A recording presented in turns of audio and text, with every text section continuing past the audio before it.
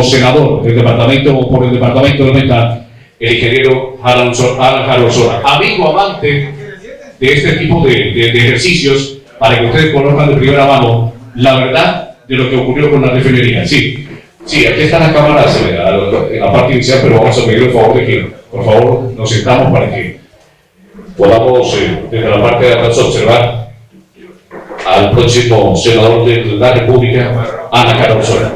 Ingeniero, bienvenido, lo escuchan los seguidores de las redes sociales, los oyentes de algunas emisoras y obviamente sus amigos periodistas, a quienes usted conoce muy bien en el departamento de Meta. Bienvenido. Muchas gracias, Luis Fernando.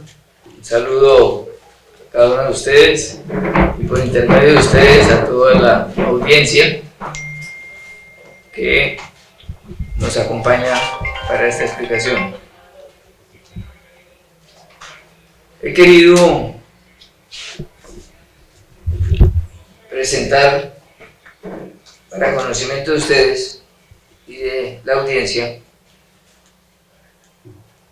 un resumen concreto, ejecutivo, de lo que se hizo en mi administración y soportado en documentos que vamos a hacer entrega a ustedes y que también estamos subiendo a la página oficial www.alanjara.com. Lo primero que quiero decir muy concreto es que esta es una iniciativa que lo que busca es generar un modelo de desarrollo, porque en el Meta y en el Llano está la mayor parte del petróleo, pero no se refina aquí, se refina en otros lugares del país y del mundo, nuestro petróleo. Y si es negocio llevarlo a otro lado y refinarlo, ¿por qué no es negocio refinarlo acá? ¿Qué se necesita para eso? Una planta refinadora. Como cualquier proyecto, lo primero que tiene que hacer es un tema de estudios, y los estudios tienen que ser aplicados para un sitio, en un terreno, y después de ello hay que hacer los diseños, y después de ello hay que sacar los permisos, y después sí pensar en la construcción. Como decía Luis Fernando, este proyecto lo han satanizado de tal manera que han creado una confusión absoluta entre la comunidad, porque, como he dicho, los maestros de la propaganda negra lo que han dicho siempre es que hay que repetir una mentira tantas veces hasta que se vuelva verdad. Y eso es lo que ha sucedido con esto. Y han inducido a la comunidad a un error. En palabras muy directas y con todos los soportes del caso, quiero hablar de tres temas que han generado la mayor desinformación. Primero, el terreno. El terreno, que se denomina Bosques de Cajuy, fue comprado en 2013 en 4.200 millones de pesos. Voy a escribirlo en el tablero para que haya más claridad. Entonces, 2013, ese terreno costó 4.200 millones. Ese es el valor de compra. En ese mismo 2013, los avalúos que se tienen,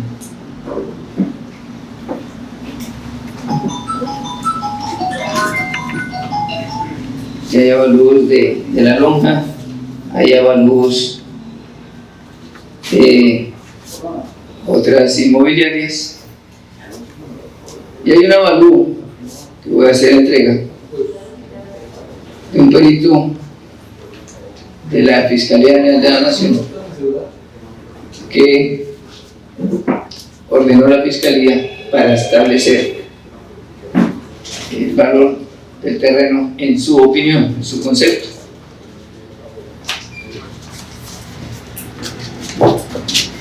Este terreno, dice este peritaje,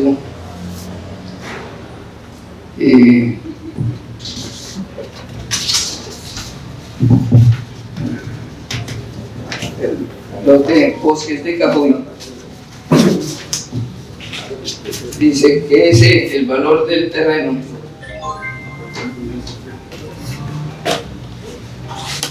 voy a citar textualmente: de acuerdo con la fecha de negociación, que fue para el año 2013, las 25 hectáreas, 8.326 metros, da un total de 9.941.945.432. 9.941.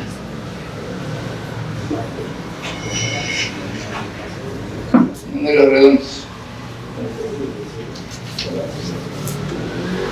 ¿Qué prueba esto? ¿Qué muestra esto? Que si se pagaron 4.200 millones y el avalúo que hizo el órgano máximo de control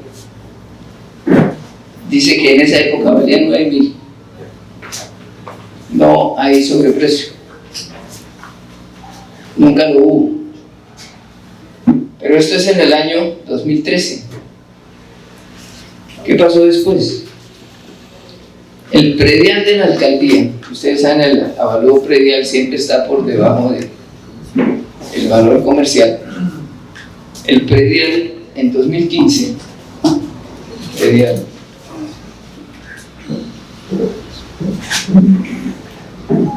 en 2015, es decir, hace 10 años, era 11.883 millones.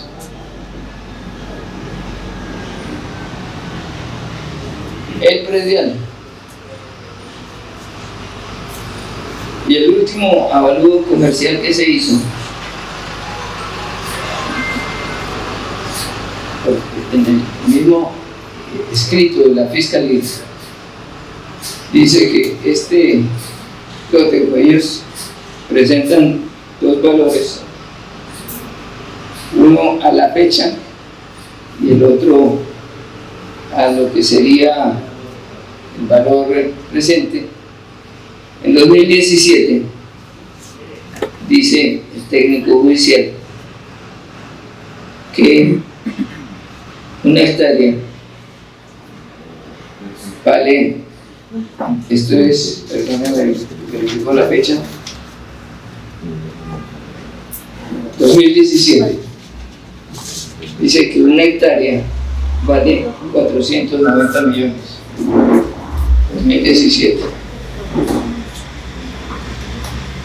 una hectárea vale 490 millones.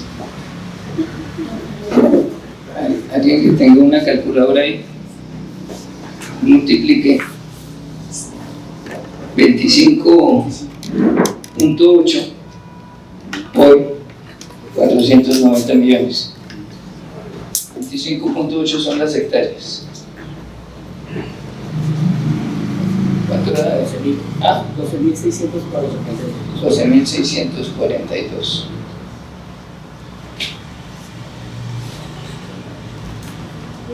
¿Qué muestra esto? Que contrario a lo que han divulgado falsamente, no solo no hubo detrimento, sino hubo un incremento, del patrimonio de la gobernación. ¿Quién tiene ese terreno hoy? La gobernación del Meta. no se perdió ni el terreno, ni la plata que se invirtió en el mismo, porque se invirtió mucho menos de lo que los avalúos dan. Y estamos hablando de hace 10 años. A precios de hoy puede estar valiendo triplica muchísimo, muchísimo más. Esto es en lo del terreno. Si hay alguna pregunta sobre esto, seguimos. ¿Son uno o dos terrenos? Esa es una buena pregunta. Hay dos terrenos de la gobernación hoy. Uno de 25 hectáreas, que es bosques de Cajuy, y el otro que se llama San Antonio, Cajuy, San Antonio, que es vecino, que se integra en el proyecto, y esos son 56 hectáreas.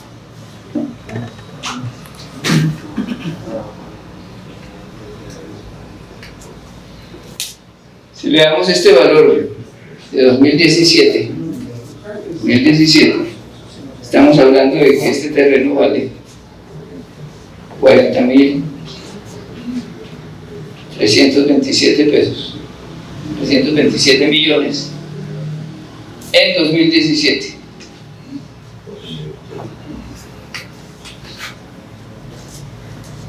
Esa es la acción que la administración que yo presidí hizo en relación a los terrenos. 2. Estudios y diseños. ¿Cuánto vale una licencia ambiental? ¿Y cuánto se invirtió para adquirirla? Igual que en los terrenos, se ha desinformado y han inducido al error a la comunidad, porque en el fallo de la Contraloría General de la República, fallo de 470 páginas, es un auto 1600 de la Contraloría General, establecen el valor aproximado de una licencia ambiental para una refinería. La calculan en un más o menos 10% del valor del proyecto. Voy a leer textualmente lo que dice.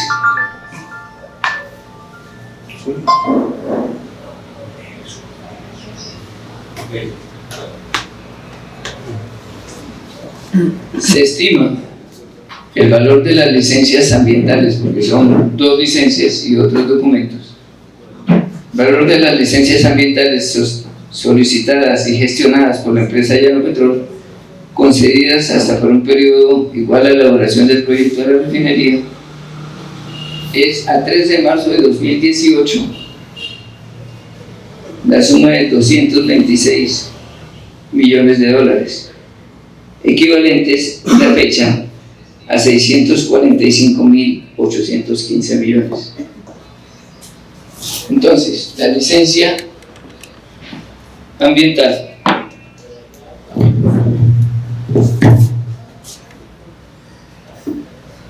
que es un bien intangible,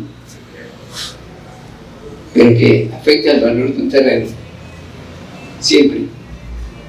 Una cosa es un lote con licencia, otra cosa es un lote sin licencia. Es aproximadamente el 10% del valor del proyecto. Ese proyecto, cuando se estructuró, estaba alrededor de 6 billones.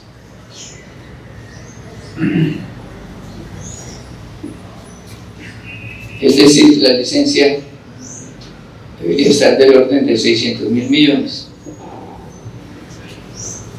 Y la Contraloría establece Dice, con el avalúo presentado por Llano Petrol de 645.645.815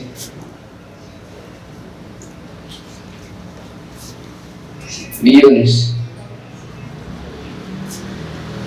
Esta licencia está vigente y esta licencia está en poder de la gobernación del Meta. ¿Qué se hizo para obtener esa licencia? Estudios y diseños, como cualquier obra que se pudiera hacer. No hay ningún proyecto en la administración pública que se pueda hacer sin invertir en estudios y diseños. Y por tanto, lo invertido por Llano Petrol, que en total eran algo así como 28.000, comparado con lo que vale la licencia, y aquí está incluido el terreno, pues no hay detrimento, porque no se perdió. Por tanto, la Contraloría en ese mismo auto, esto que le estoy leyendo está en la página 428 y la página 469 dice en su artículo tercero: archivar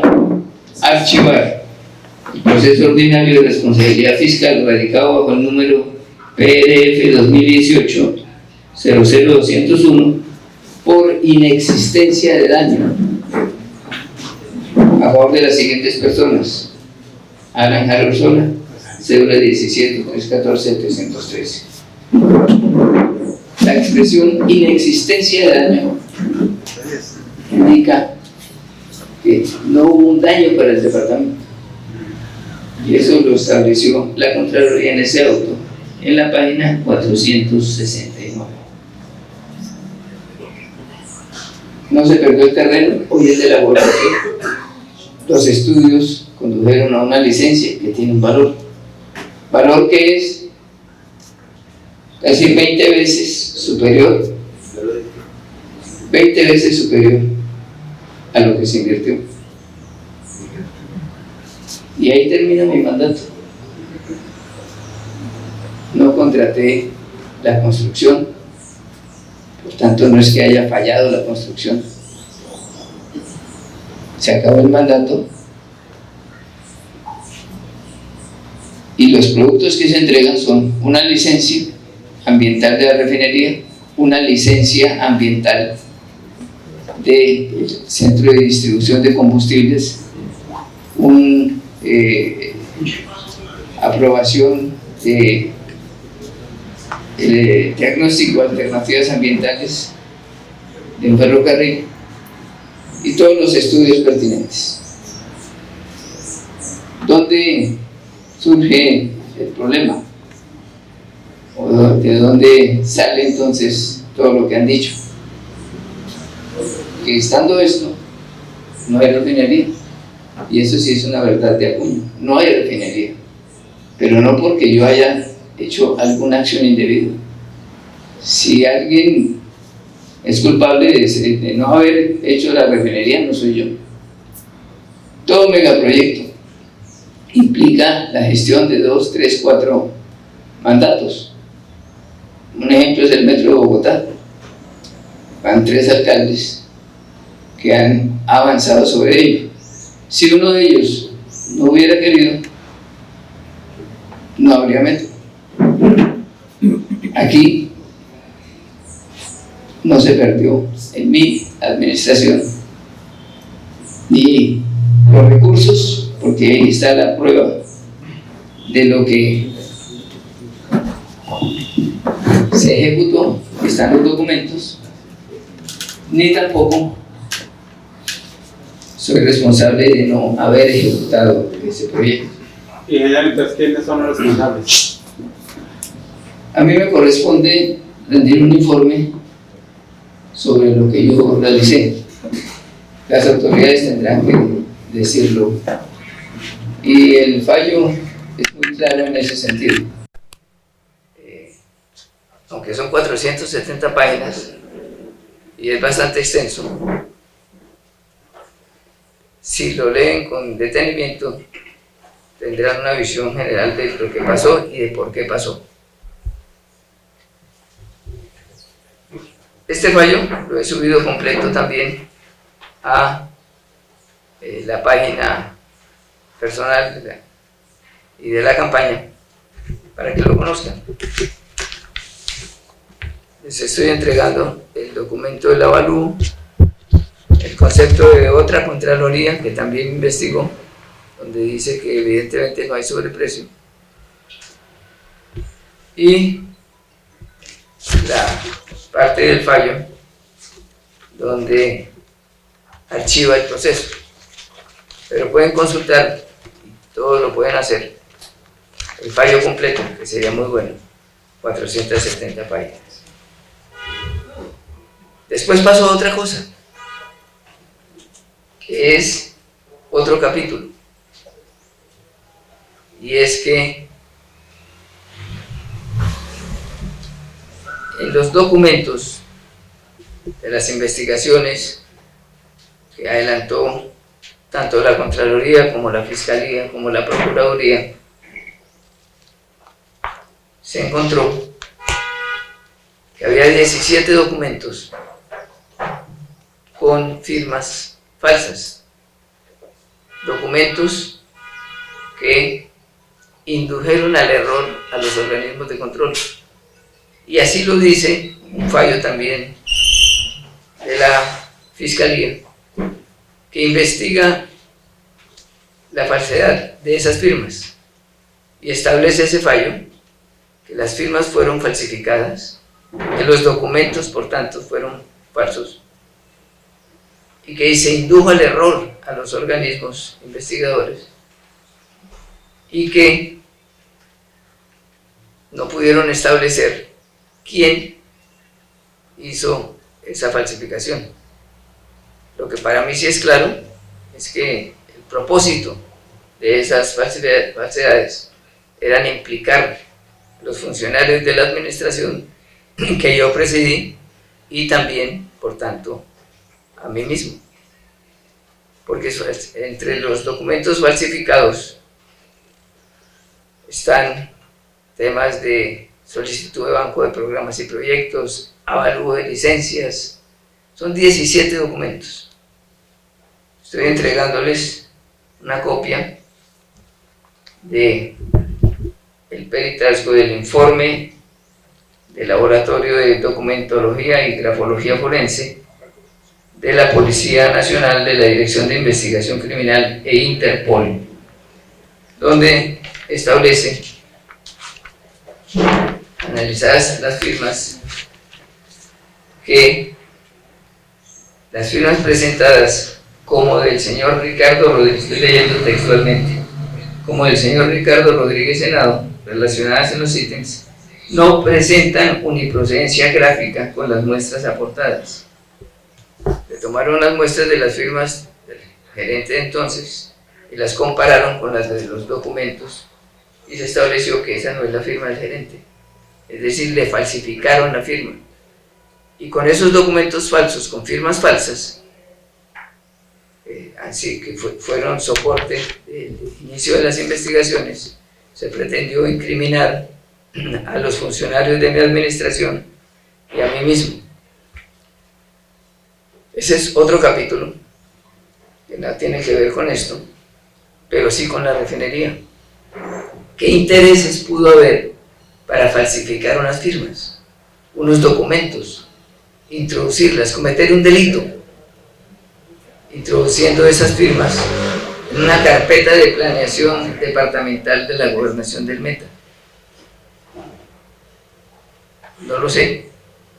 Y la Fiscalía no pudo establecer quién es el responsable, pero estableció claramente que fueron falsificadas, que indujeron al error y que por tanto el proceso terminan archivándolo al no poder saber quién falsificó.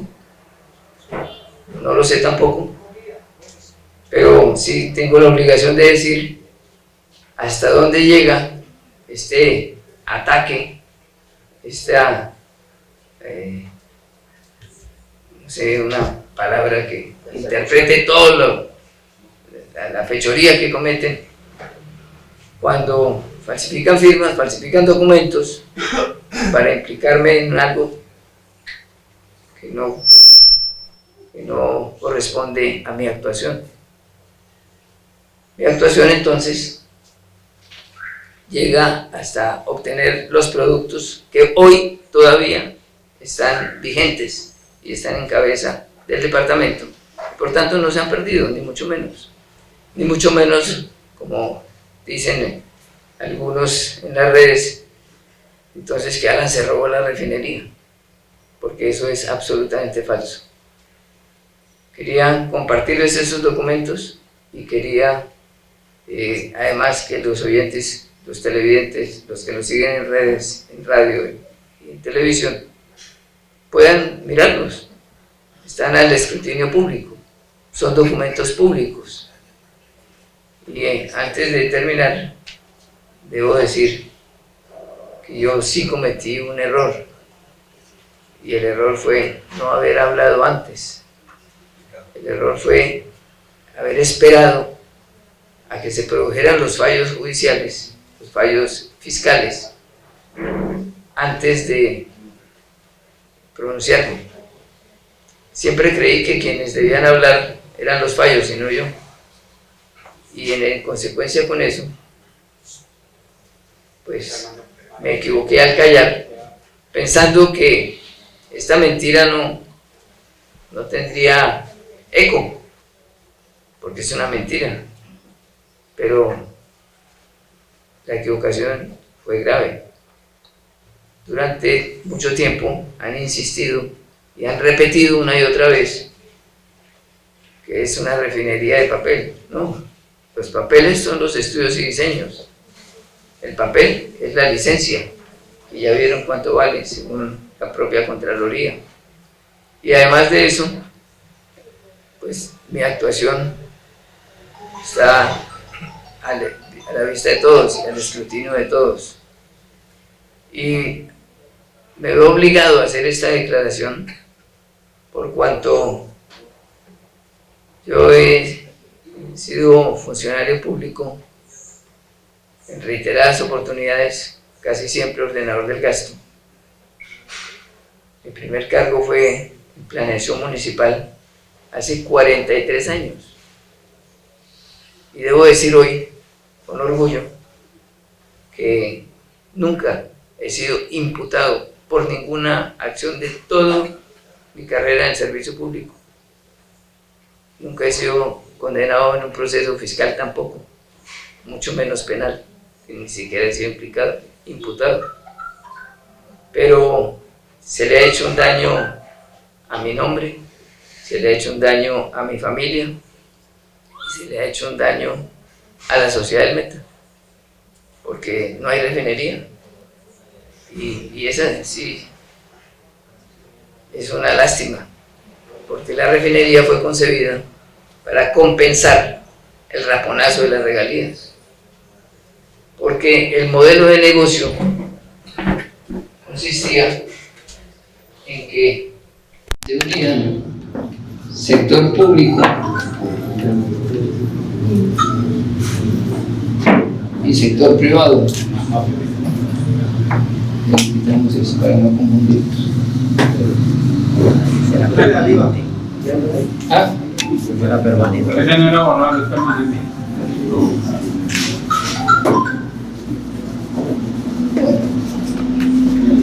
Vamos a decirlo más claro. El sector público y el sector privado.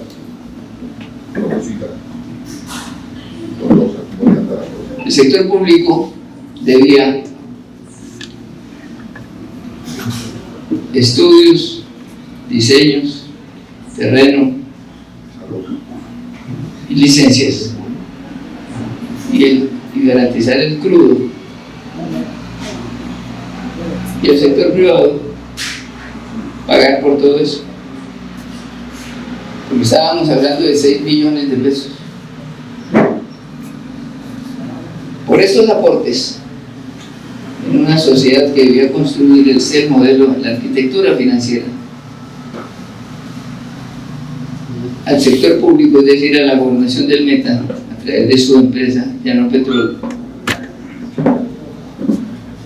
debía tener una participación del 20% en el proyecto, y el sector privado, que era el que ponía la plata, el 80%. ¿Qué significa una participación del 20%? El proyecto vale 20 millones, billones. 6 billones. 1.200.000 millones. Era en lo que se incrementaba el patrimonio de la gobernación, además de la licencia, que era la que disparaba esto. Entonces se perdió esta oportunidad en su momento, pero además de ello, la generación de empleo, modelo de desarrollo y tener combustible más barato que en otras ciudades, porque hoy pagamos un combustible mucho más costoso.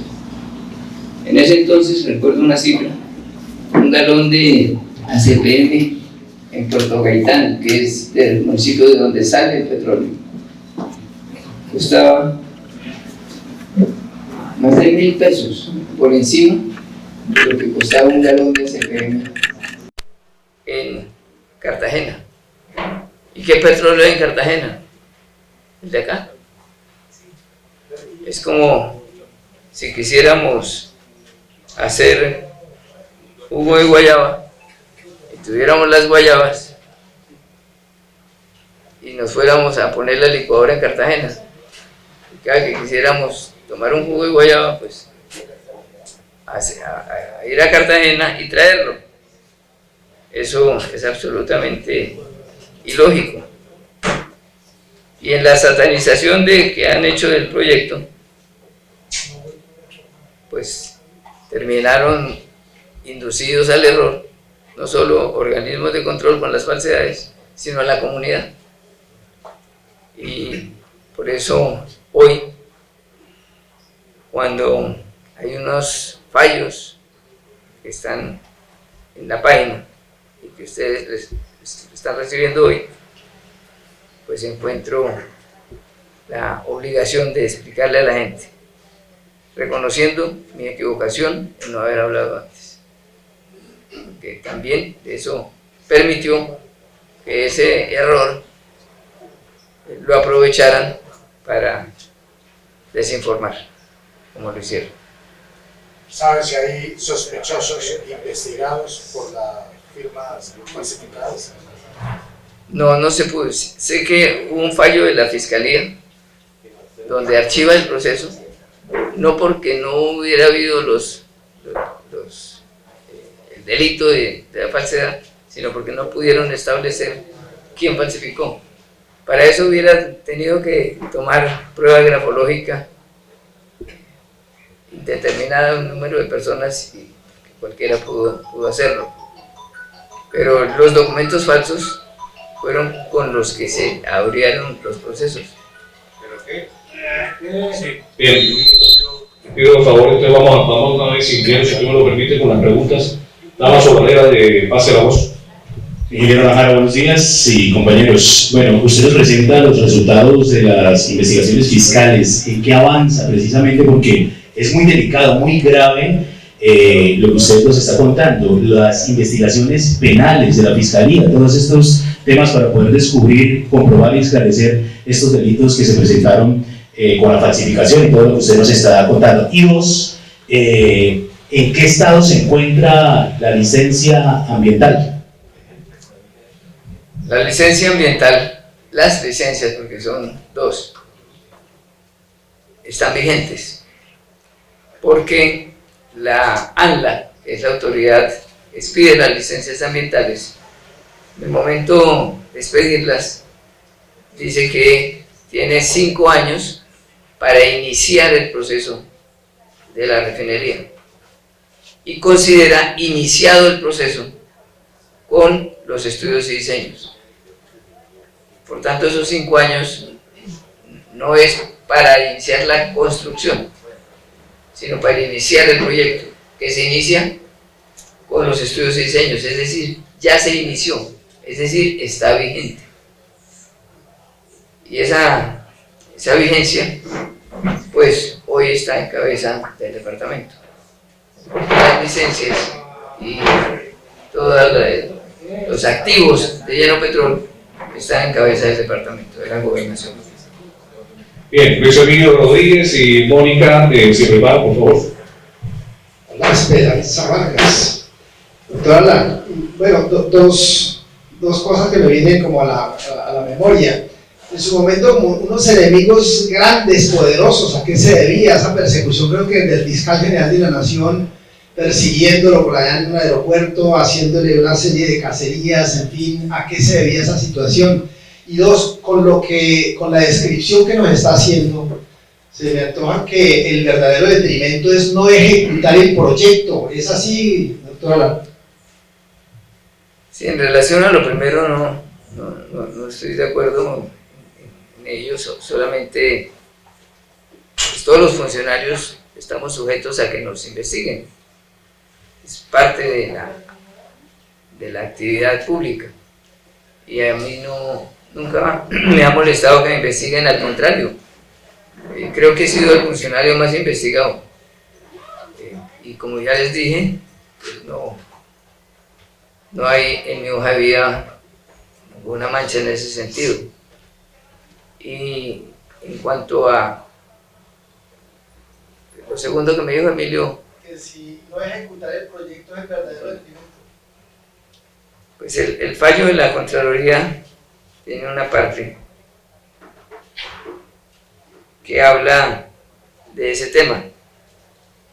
Y como dije yo, prefiero que hablen los fallos, no hablar yo mismo. Pero voy a leerles esa parte que está, que son 470 páginas.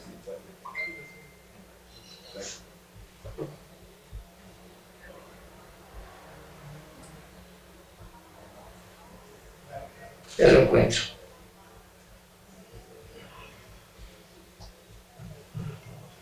Sigue Mónica y Edgar Aroca. La página 460 dice: con respecto al socio inversionista, se evidenció las gestiones realizadas por la administración correspondiente al periodo 2012-2015, mandato en el cual estuve yo en la gobernación, la cual se encontraba en un avance significativo, según se lee de los documentos allegados al proceso. No obstante, y por causas que deberán determinarse en otra actuación fiscal, habida cuenta que estos hechos no hacen parte del presente proceso, la administración periodo 2016-2019 no continuó con estas negociaciones y decidió durante ese periodo abrir 2 procesos de invitación pública, los cuales se declararon desiertas, como se expuso en el AKPT del socio inversionista y aliado estratégico de esta iniciativa. ¿Qué significa eso? Que lo que nosotros adelantamos tenía, como dice, un avance significativo y después hubo un cambio que, dice la Contraloría, será objeto de otra actuación fiscal. No conozco al respecto, solamente este fallo. Mónica, Llano Mundo y se prepara Edgar Aroca.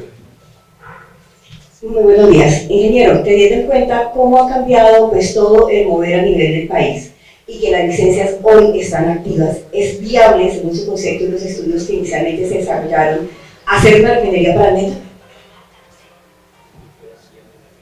Yo creería que sí, porque las condiciones en términos generales son las mismas. Seguimos teniendo petróleo, seguimos necesitando ACPM, gasolina, nafta, que son productos todos de la refinería, pero habría que actualizar los estudios para poder determinar, y eso pues implica un ejercicio que hay que invertir. Nadie puede hacer un proyecto sin estudios, sin diseños. Yo creería que esta es una iniciativa de sentido común. Si tenemos petróleo y necesitamos gasolina, ¿por qué no la refinamos? Bien, Edgar Aroca, Esperanza Vargas. Ingeniero, buen día. Entiendo yo que usted interpuso una acción judicial también para, no habló, pero busquemos qué pasó. ¿Es así? No he interpuesto ninguna acción. Esperanza Vargas y con Agustín Santos. Sí, buen día para todos. Bueno, en el Meta se habla tanto de corrupción. Me preocupó que día subí la información del doctor Alan cuando hizo la entrevista de Carla Felipe. Y qué gente tan grosera en las páginas. Me ha tocado eliminar groserías que ponen ahí. No solamente sucede con usted, pero se habla tanto de corrupción y hay muchos ex investigados, salen con 20, 30, 40, 80 investigaciones y no pasa nada.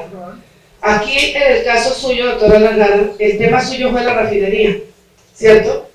Y usted ha aclarado ya qué pasó con la refinería. Usted no tiene más investigaciones, usted no tiene más procesos de corrupción.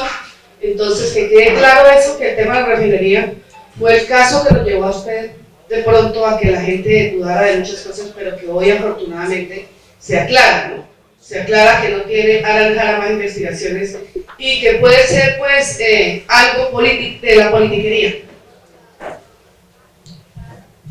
Pues yo no sé la razón por la cual llegaron al extremo de falsificar documentos, al extremo de intentar implicarme con acciones que nunca hice y que continúan, porque quienes hicieron esa falsedad no han sido identificados, entonces están por ahí todavía. Y cuando veo esa rabia en las redes y además no atendiendo documentos y cuando iniciaron las investigaciones, pues todos, la Contraloría, la Fiscalía, la Procuraduría investiga a Alan Jara. Y cuando producen un fallo archivando el proceso por inexistencia de daño, entonces lo que dicen es, ¿no? ¿Quién sabe qué haría? Con cara pierdo y con sello también. No es posible que se satanice un proyecto que no entiendo todavía qué le critican, qué tiene de malo, que es tan malo que llegaron a falsificar documentos, que es tan malo que llegaron a introducir eso en un proceso fiscal, penal. Y no entiendo cómo cuando hay los fallos todavía siguen insistiendo en que entonces me robé la refinería. ¿Cómo? Si lo que hice está a la vista de todos, están los documentos. ¿Qué pasa ahí? Tiene que haber intereses muy oscuros y una intención de hacer daño. ¿A quién perjudica? Claro, a mí, a los funcionarios que me acompañaron, a las familias, a los amigos y al Meta, porque cada vez que cae la carretera Bogotá-Villavicencio, que ese es otro tema interesante, pues quedamos aquí sin combustible, el combustible se acaba y queda la vuelta, pagando combustible más caro. ¿Por qué no tener una refinería? Hay cosas que no entenderé nunca. Juan Agustín Santos, José Antonio Céspedes. Muchas gracias, ingeniero. Técnicamente manifiesta que hubo un socio capitalista, un aliado para el proyecto, sí, y que había un avance significativo. Pero para claridad de la audiencia, por favor, ¿en qué estado quedó ese avance? iban a desembolsar, se rechazó, echó para atrás el inversionista. ¿Quién era el inversionista o quiénes? Y segunda pregunta, en ese daño que se ha causado material, a la imagen, a la buena honra, el daño a la familia, ¿ha pensado en acudir a acciones legales? ¿Va a demandar a responsables? En lo de acciones legales y esto, yo no he sido muy amigo de ello, pero no descarto. No lo descarto porque ha sido un daño, además un daño con un propósito perverso, que terminó perjudicando a todo el departamento. Y por ello, pues sí he estado pensando en esa posibilidad, sobre todo para quienes con tanta saña, con tanta mentira, una y otra vez me calumnian, me injurian, y eso es un delito. Ya veremos. Socio capital. Sí. ¿Y en qué estado quedó? Finalizando el gobierno, año 2015, diciembre de 2015, una propuesta de una firma rusa llamada RNGS cumplía con la arquitectura financiera, el modelo que le estábamos diciendo, y ofrecía como garantía y seriedad de lo que estaban planteando, pagar 19 millones de dólares, además del valor total del costo de la refinería, los 6 billones. O sea, ellos invertían, le daban el 20% al departamento y además de eso le pagaban 19 millones de dólares. Esos 19 millones de dólares para la fecha, si mal no recuerdo, el dólar estaba como a 2.900, es decir, era alrededor de 59.000 millones, 60.000 millones de pesos, que es mucho más de lo invertido. Con ese solo pago se estaba doblando la inversión hecha por el departamento.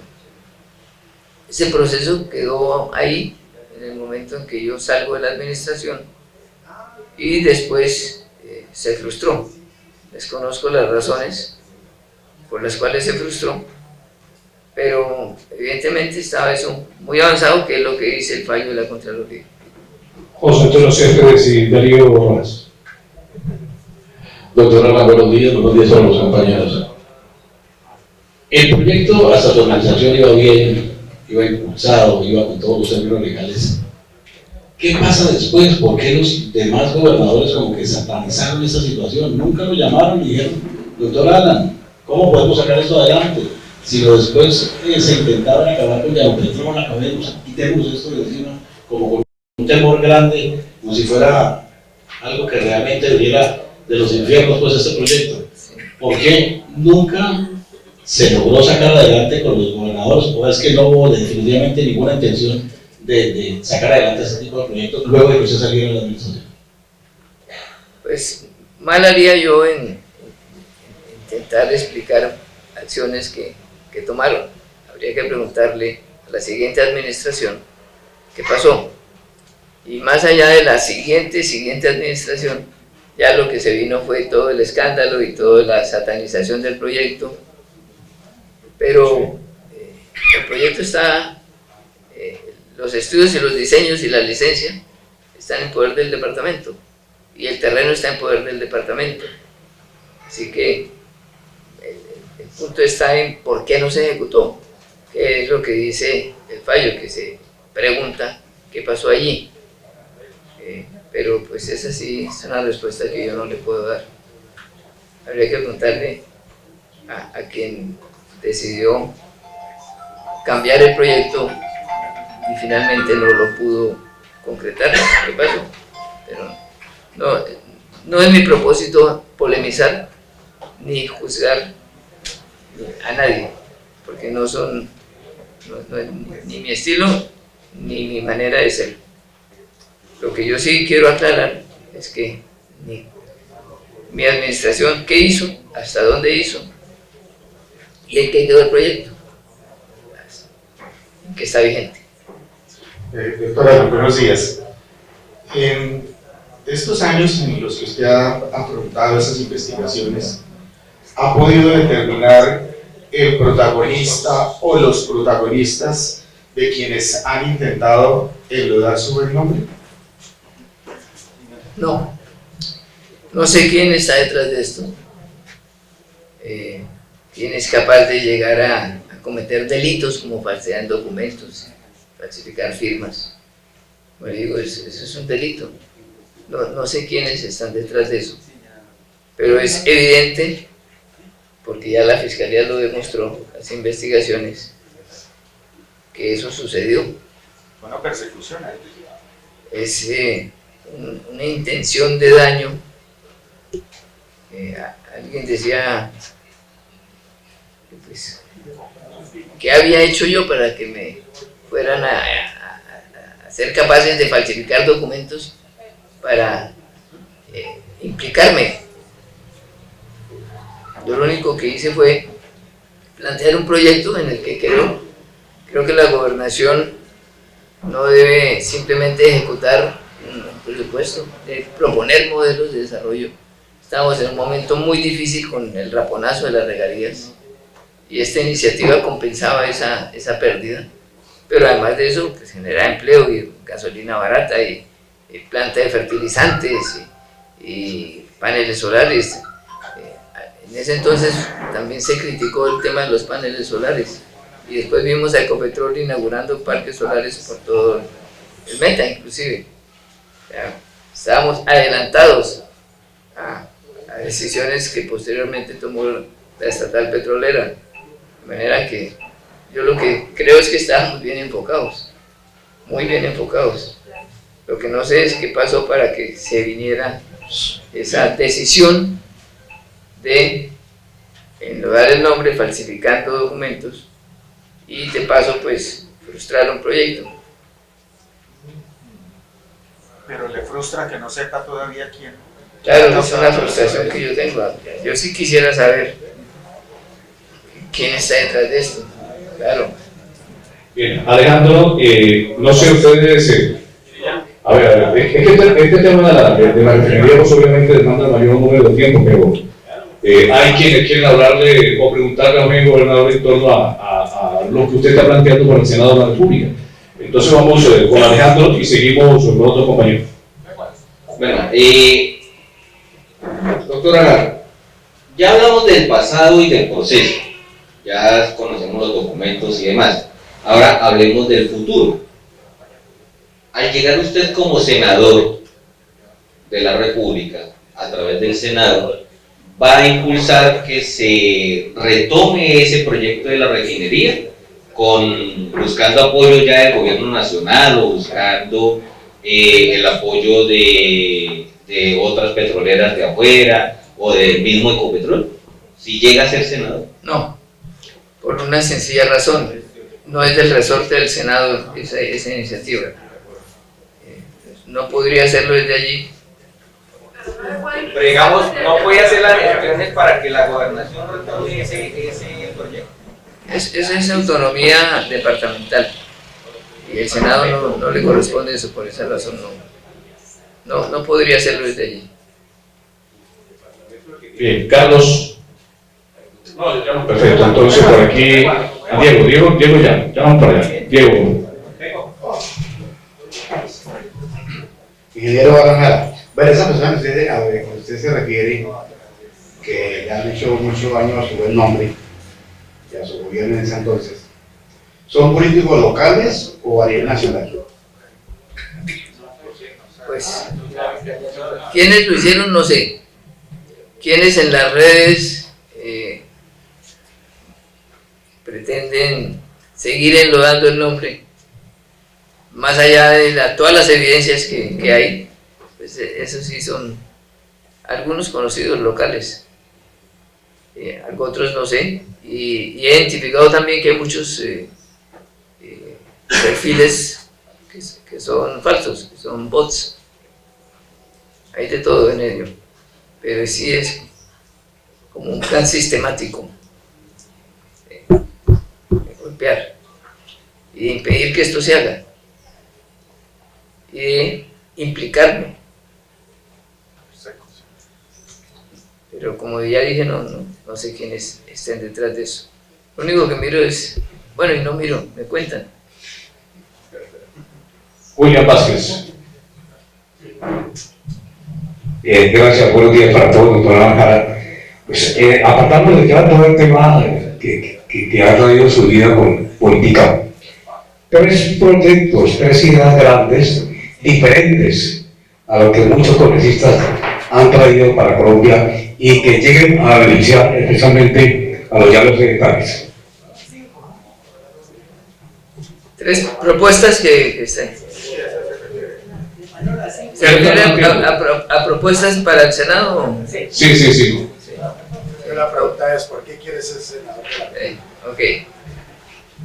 Pues, desde luego una agenda legislativa incluye muchos temas, pero si me precisaran cuáles 3 quiero plantear en primera instancia, creo que hay que hacer un ejercicio con la vía Bogotá-Villavicencio que permita solucionar el problema de fondo. Y es que en esa discusión entre concesionario y gobierno, cada que haya alguna novedad, no se resuelve mientras no aclaran el proceso. Creo que hay que encontrar un mecanismo para que primero arreglen la vía y después arreglen entre ellos, pero no que quede como está pasando con el puente de Chirajara, construido hace cuánto y no. Y está la necesidad de la vía desde el Tablón en Cáqueza hasta Bogotá, la segunda calzada, para que se pueda utilizar como un par vial cuando hay alguna novedad. Y creo que la figura es obra por impuestos, para que no haya más peajes, y que sí permita la segunda calzada. Y para eso tiene que ser una decisión de gobierno, que creo que tiene que estar sometido a un control político, que considero por parte del Senado no ha existido. Y allí fallamos. Cuando se cae de la carretera del kilómetro 18, no sé si ustedes lo han visto, pero realmente eso es una colina. Cuando dijeron 3 meses de cierre, yo pensé que se había venido la montaña entera. Y se vino fue una colina. Eso en ingeniería se resuelve muy rápido, si hay voluntad política. Y si no la hay, pues debe haber control político. El tema de la carretera Bogotá-Villavicencio tiene que ocupar un primerísimo lugar en la agenda. Hay una iniciativa que quiero presentar ahora en Cotelco, hay un foro y que tiene que ver con unas zonas especiales de turismo de naturaleza, que voy a explicar con detalle en esa reunión, pero que corresponde a que, así como existen los distritos turísticos en las ciudades de la costa, Cartagena, Santa Marta, etc., aquí tenemos unas maravillas de la naturaleza que hay que cuidar primero y que explotarlas tiene que ser con un plan sostenible. Esas zonas especiales de turismo de naturaleza permitirían que sitios como Caño Cristales, Chiribiquete, Mavicure, etcétera, que son en la Amazoninoquia, tengan una protección especial del gobierno y que quienes hacen turismo de naturaleza puedan hacerlo preservando el ambiente y con un componente de turismo comunitario, porque ahí hay tejido social, hay organizaciones de base que pueden adelantar esto de una manera muy racional, con el cuidado de la naturaleza, y de esa manera encontrar una alternativa real para quienes están en esas áreas, que allí están, no podemos negarlo. Y creo también que, y este es otro tema, controvertido, que es el tema del acueducto en Villavicencio. Yo creo que el acueducto de Villavicencio tiene que ser declarado como una obra de interés nacional, porque la nación ha invertido en otros acueductos, porque aquí no. Creo que ha faltado también esa decisión. Y ahora que se ha contratado una consultoría para establecer qué se debe hacer, muy seguramente esa consultoría arrojará unos resultados que implican que se necesitan, no sé, 600.000 millones, creo que han hablado algunas cifras, y de dónde conseguirla. Entonces tiene que ser una obra de interés nacional. Esa es una de las iniciativas que pretendo adelantar, porque aquí sí ha habido inversión de la nación años atrás. Un parlamentario gestionó unos recursos y se trajeron y se hizo Puente Abadía, porque ahora no se puede gestionar unos recursos y traerlos y que se solucione el acueducto. Creo que esa tiene que ser parte de la agenda. Esas tres iniciativas responden su pregunta, que podemos y vamos a profundizar en ellas, pero que desde luego es una agenda que está en construcción con la comunidad y con los distintos sectores. Y no podría, además de ello, mencionar algo que lo que pasa es que no es para el Meta, sino para el país entero, y que tiene que ver con el tema de víctimas, y con la necesidad de reparar a las víctimas, y cómo acciones del Estado, como consecuencia de los acuerdos de paz, han llevado al Congreso a quienes, contrario a ser víctimas, fueron victimarios, pero no se ha resuelto el tema de las víctimas. Hay cerca de 8 millones de víctimas que están esperando una acción del gobierno. Yo como víctima también tengo un compromiso con ese proceso y con la necesidad de indemnizar a las víctimas. Finalizamos con Guillermo Herrera del periódico El Meta. Gracias. Doctor, bueno, ya finalizó algunas preguntas que usted le acaba de responder de las que están aquí en el folleto.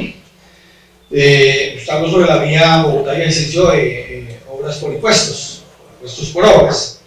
Pero usted habla de fortalecimiento del turismo, usted ahorita habló de crear algo así como un distrito turístico. Sí.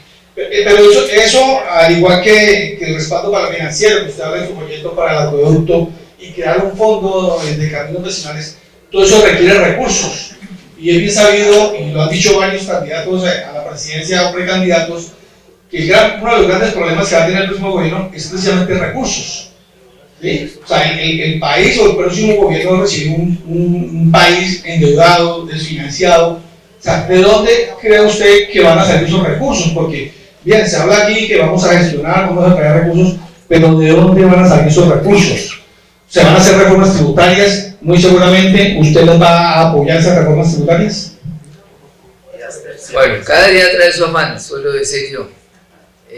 Y en ese afán de cada día, lo que yo sí tengo claro es que la función del Estado es invertir en las necesidades de la comunidad. Y lo que creo es que hay una deuda grande del gobierno nacional con nuestra región. Y que esa deuda, en parte, es porque no se ha hecho el ejercicio como considero yo debe hacerse para lograr que estas iniciativas se puedan sacar adelante. El de la vía Bogotá-Villavicencio no requiere recursos de la nación. El de las zonas turísticas especiales lo que plantea es unos beneficios para que se haga un turismo sostenible y una inversión en cuidado del ambiente, que la hay. Lo que pasa es que no está focalizada a estas zonas. Pero eso también implica que el gobierno haga inversiones Claro. vías, en aeropuertos, en muelles, por hablar de la banqueta. En lo que ha hecho en otras partes del país y no ha hecho aquí. Creo que la esencia de la pregunta es... No, me refiero a lo que yo voy a plantear. Porque en otras partes del país sí se hacen esas obras y aquí no. Y creo que con el conocimiento y la experiencia que tengo, puedo lograr esto que critico que no hayan hecho. Y creo que esa deuda que hay con esta región tiene que pagarse. Lo que pasa es que nosotros ni siquiera tenemos una bancada llanera. Se habla de bancada costeña, se habla de bancada paisa, se habla... Sí. Por su lado. Pero aquí no hay una bancada. Creo que si actuamos como bancada, y ese es un llamado que tenemos que ayudar a divulgar, pues vamos a tener el peso específico que hoy no se tiene. Y cuando no hay peso político, no hay peso específico, no hay control político, no hay presencia, pues no hay resultados. Recursos siempre tendrá que haber, porque esa es la función del Estado. Y lo que pasa es que hay que invertirlos en lo que para el llano es necesario, y esos son los argumentos que tenemos que llevar. Bueno, muchas gracias, muy amables.